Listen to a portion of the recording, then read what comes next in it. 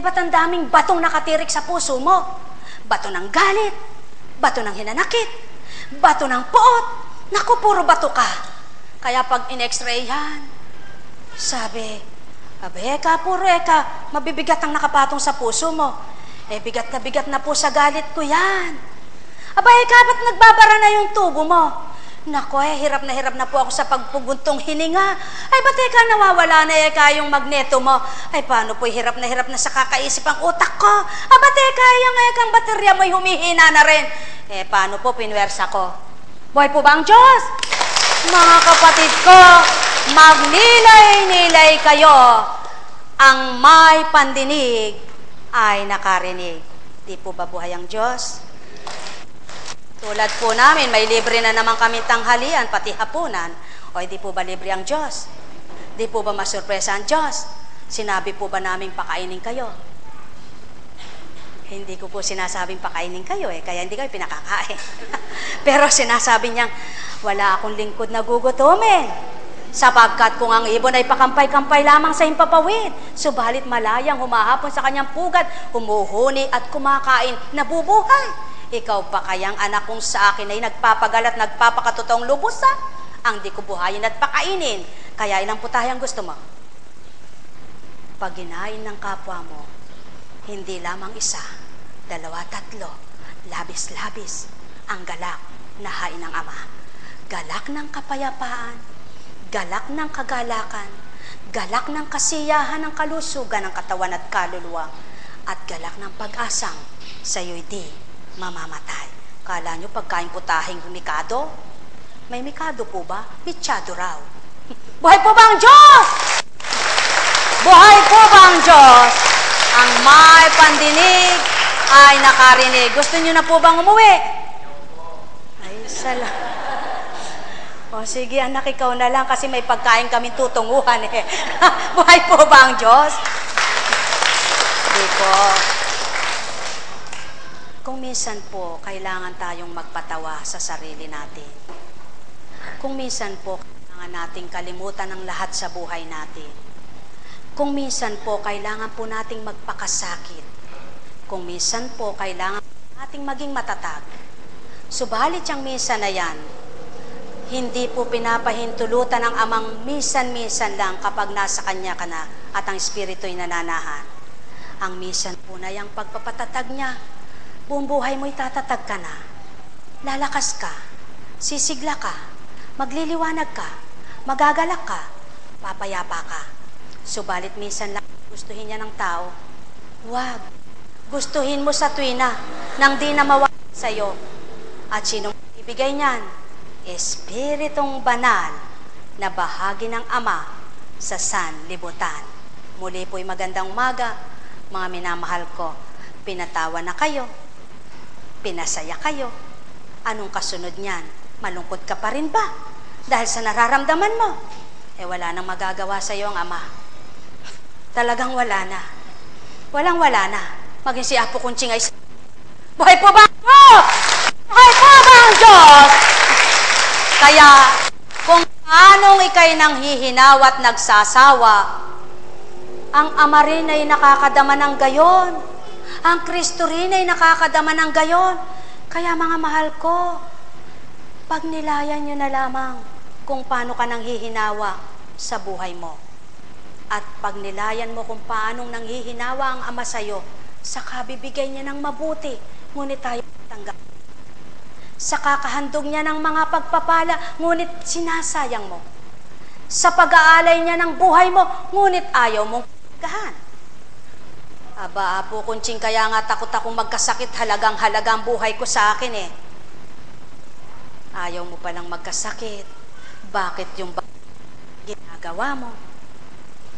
Ano po ba kang bawal ang ginawa ko? Hindi ba bawal yung putsi mo sa galit? Ba't araw-araw ginagawa mo yan? Hindi ba bawal ang sumobrang isip? Ba't ginagawa mo yan? Hindi ba masamang magsalita ng di tama sa kapwa? Ba't ginagawa mo yan? Mga kapatid kong minamahal, kung lahat lamang ng ayaw ng Ama'y tutup din gagawin nyo, wala na kayong dapat pagsisihan kung may naganap pa sa buhay nyo. Ang mahalaga, kinilala't natanggap niyo siya at paroroon kayo sa kaharian niya. Magandang umaga, mga mahal ko. Halina po kayo, magsuwi na kayo. Sabi. Ayaw nilang umuwi. O kapatid Naglo, inintindi mo na ba kung anong oras? Bahala, kapag di ka nakasagot ngayon, walang pupunta kundi ikaw. Buhay po ba ang Diyos? Naku, mga minamahal na kapatid. Kapatid, kumusta ka na?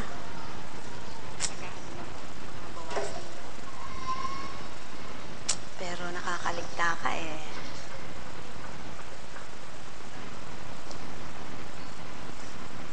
Di ba pag nangangati ka eh, alingas-ngas yung sarili mo, no? Oh, lalo na yung panahon ngayon. Anong pang-ampat doon?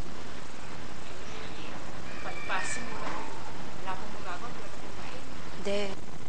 Ialis mo sa isip mo yon at di ka nung mangangati.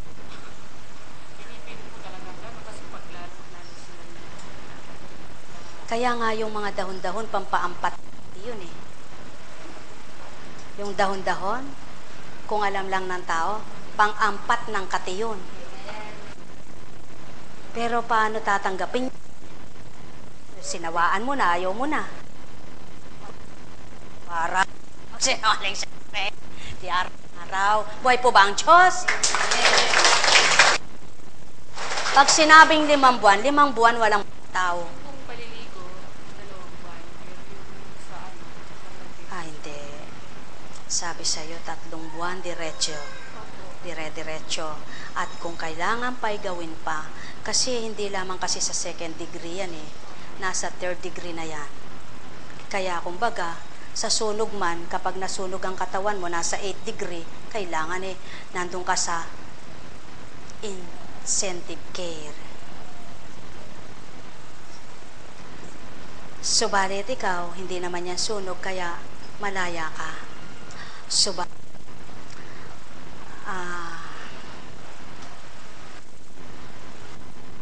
Hindi ko pwede sabihin daw sa'yo.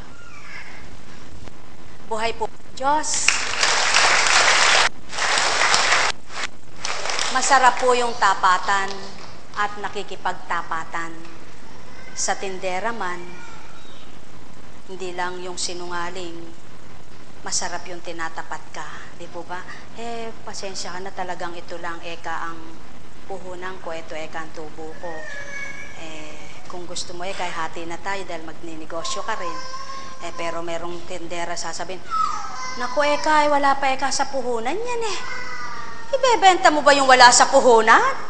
Kaya nga nakatala sa Biblia, naku, napakamalapit ang tukso sa mga mangangalakal.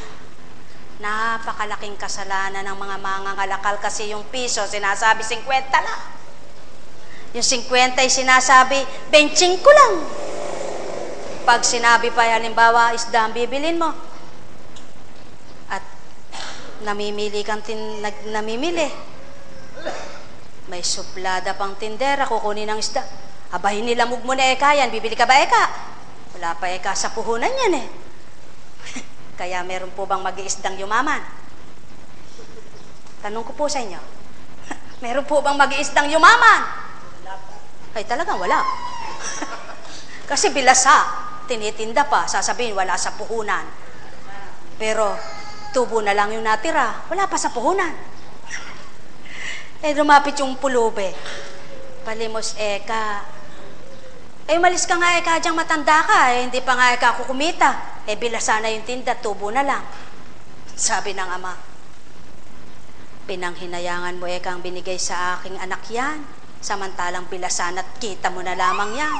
At naghahabol ka pa ng 10 ekang kita. O sulong eka, uurin ka.